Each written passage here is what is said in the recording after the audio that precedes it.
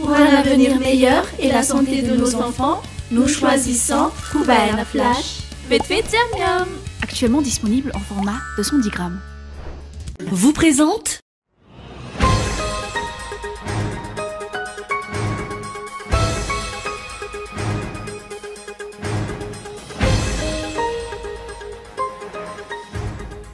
Les cours sont restés suspendus dans les écoles publiques, ce qui a poussé les élèves à manifester ce jour devant le ministère de l'Éducation nationale. La ministre assure que des solutions sont en cours d'élaboration afin de rétablir la paix et renforcer le système éducatif. Elle dit qu'au Suarez, les affrontements entre étudiants et habitants de Lazare Nord ont provoqué l'incendie de 3 résidences universitaires et plusieurs séquestrations. Après un appel à l'apaisement et à l'unité nationale, la paix est revenue peu à peu.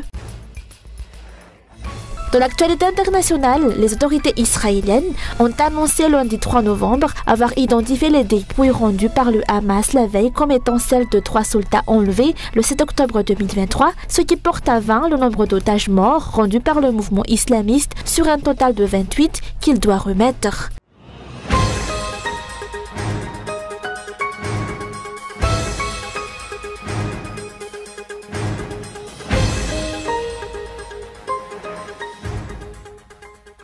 Les cours n'ont toujours pas repris dans les écoles publiques, malgré la déclaration et les instructions formulées hier par la ministre de l'Éducation nationale. Une situation qui a poussé les élèves du lycée moderne à Péflou et ceux du lycée Jean-Joseph Rabé-Alville à se rendre au siège du ministère, réclamant la reprise effective des cours dans les 24 heures.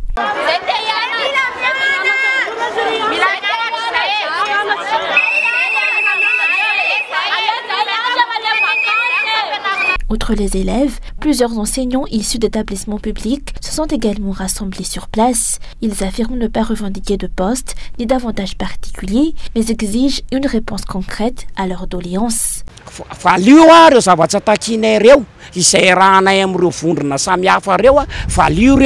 Répondez à nos revendications communes. Nous ne voulons pas de place, nous voulons juste une réponse des responsables, surtout de vous, Madame la Ministre. Enlevez les partisans d'André Rajoelina, car on ne les tolère pas. Les enseignants réclament notamment la signature d'un protocole d'accord répondant à leurs attentes, ainsi que la mise en place d'une commission de suivi et d'intervention pour assurer l'application du protocole.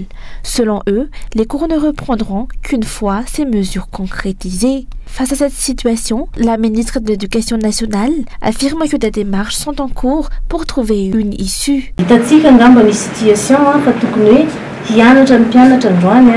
Les élèves devaient reprendre les cours, mais faute de quoi ils sont venus se plaindre ici. On ne peut pas non plus ignorer les difficultés rencontrées par les enseignants et nous travaillons actuellement à leur trouver des solutions. L'objectif, selon la ministre, est de renforcer et valoriser le système éducatif à Madagascar afin d'éviter la répétition des crises passées qui ont fragilisé ce secteur. Les propositions du ministère sont désormais attendues pour mettre fin à cette impasse.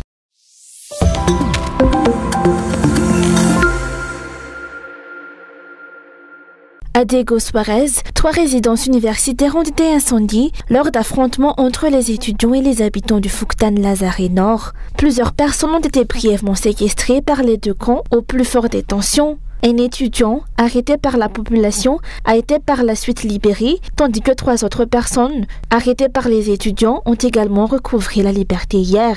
Les autorités universitaires ont rapidement réagi en annonçant des mesures disciplinaires à l'encontre des personnes soupçonnées d'avoir financé un groupe de jeunes pour attiser les violences.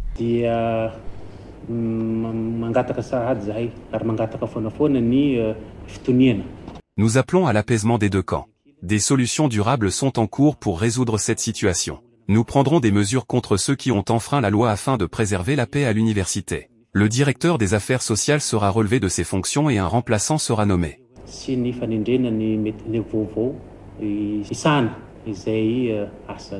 Après plusieurs jours de tension, les habitants de Lazare Nord et les étudiants ont exprimé leur volonté commune de tourner la page et de rétablir la paix. Malgré la présence de personnes cherchant à tirer profit de la situation, l'appel à l'unité nationale a été réaffirmé par le Conseil de la refondation de la République de Madagascar.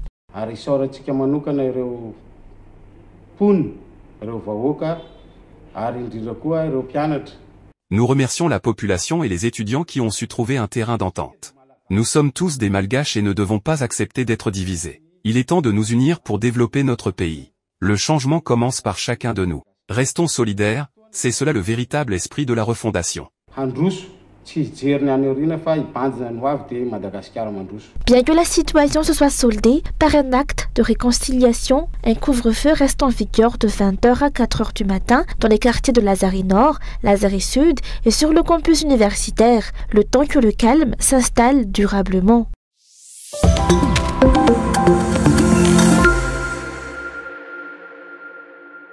Les perquisitions sur les biens de Mamdavathmang se poursuivent. Les autorités multiplient les interventions, tandis qu'une partie de la population s'interroge si ces opérations sont conformes à la loi.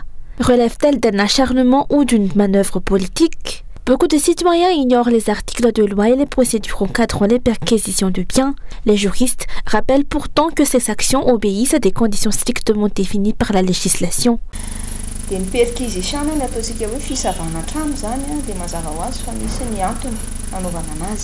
Bien évidemment, il y a des raisons à une perquisition. Selon la loi, c'est dans les prérogatives des officiers de police judiciaire. Lors d'une enquête préliminaire, les OPJ peuvent procéder à une perquisition sur ordre d'une autorité judiciaire compétente, comme le prévoit l'article 135. Dans ce cas, le consentement des propriétaires n'est pas requis.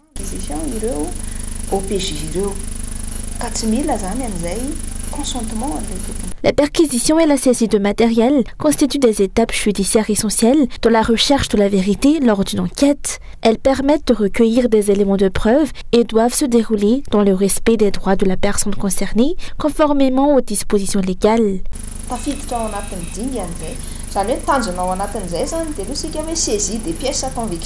Cela fait partie intégrante de la procédure. L'objectif est de saisir les pièces à conviction permettant d'établir la vérité sur un délit présumé. La loi prévoit que tout objet trouvé doit être inventorié et mentionné dans un procès-verbal. L'article 210 stipule également que les OPJ ont le droit de procéder à une perquisition et, au besoin, d'employer la force. Officier de police judiciaire, au besoin, nous employons la force. Selon les informations, une nouvelle perquisition a été menée le samedi 1er novembre dans l'une des entreprises de Mamdavathmang, située à Talatamati. Plusieurs véhicules lui appartenant ont été saisis par les forces de l'ordre. Un coffre a également été ouvert, mais aucune somme d'argent n'a été découverte. Par contre, des dossiers et documents ont été emportés pour les besoins de l'enquête.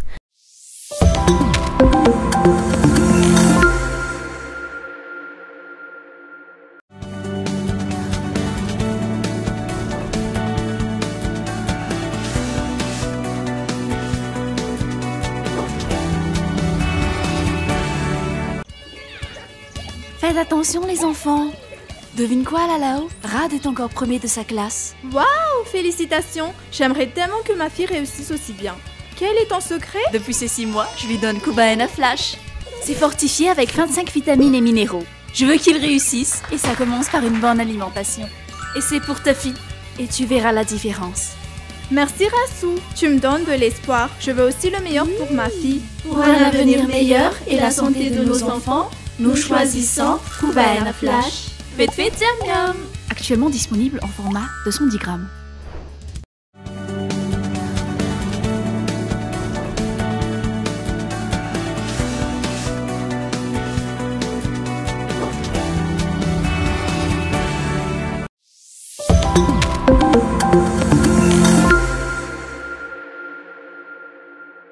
L'Assemblée nationale n'a pas encore procédé à l'examen du projet de loi de finances 2026. Pour l'heure, les députés se contentent d'adopter le calendrier de leurs travaux en session ordinaire. La date de l'étude du projet de loi reste donc à déterminer. Selon les informations disponibles, la question fiscale occupera une place centrale dans ce projet de loi. Le texte prévoit une révision des tranches de l'impôt sur les revenus salariaux et assimilés, structurée comme suit. 25% pour les salaires supérieurs à 4 millions d'ariage, 15% pour les revenus de 500 000 à 600 000 ariage, 10% pour les salaires de 400 000 à 500 000 ariage, 5% pour ceux entre 350 000 et 400 000 ariage. Une exonération totale est annoncée pour les salaires inférieurs à 350 000 ariage par mois.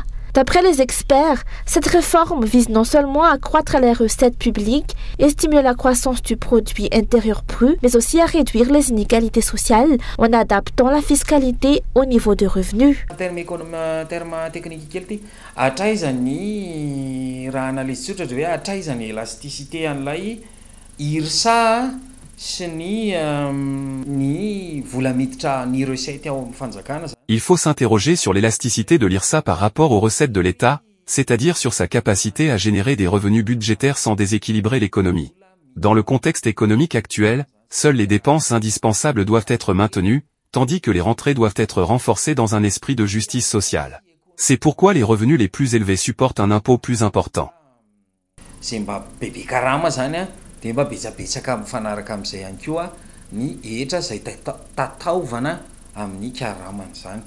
Selon plusieurs observateurs, le taux de 25% pourrait toutefois peser lourd pour les salariés concernés, représentant environ 2 mois et demi de salaire sur une année. Certains proposent donc une réduction du taux d'imposition couplée à un élargissement de la base des contribuables. D'autres suggèrent de réduire les dépenses publiques jugées excessives ou encore de stimuler l'économie par une hausse de salaire, ce qui augmenterait mécaniquement le montant total de l'IRSA collecté. Pour l'instant, l'application de ce projet reste hypothétique en attendant son inscription effective à l'ordre du jour de l'Assemblée nationale.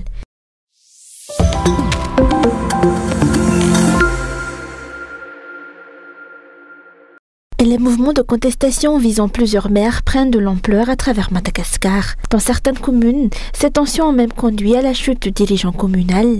Les maires en exercice se trouvent aujourd'hui dans une situation marquée par l'instabilité et la méfiance. Selon une enquête menée auprès de plusieurs élus, 4 principales causes expliquent cette situation, à savoir le comportement du maire, les actions qu'il a entreprises, les conditions de son élection ou encore l'attitude de la population elle-même.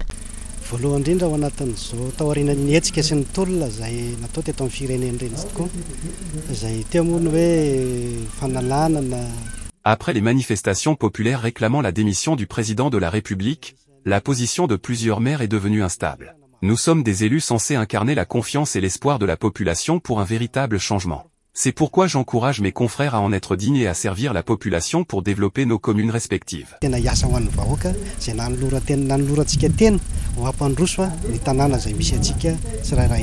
Un maire se doit d'être exemplaire dans son comportement, notamment en évitant tout abus de pouvoir. Ses actions doivent être visibles et concrètes afin que la population puisse évaluer son travail. De même, il est essentiel que son élection soit transparente et légitime pour prévenir toute contestation future. Cependant, la population ne doit pas non plus abuser de la situation politique actuelle pour chercher à destituer un dirigeant sans raison valable ou pour des motifs partisans. Dans la plupart des communes où des mouvements de contestation sont observés, les plaintes des citoyens visent directement le maire. Cette situation constitue une leçon pour les maires en fonction, comme pour ceux qui aspirent à le devenir. Les citoyens attendent aujourd'hui plus que jamais des dirigeants responsables et redevables envers ceux qui leur ont accordé leur confiance.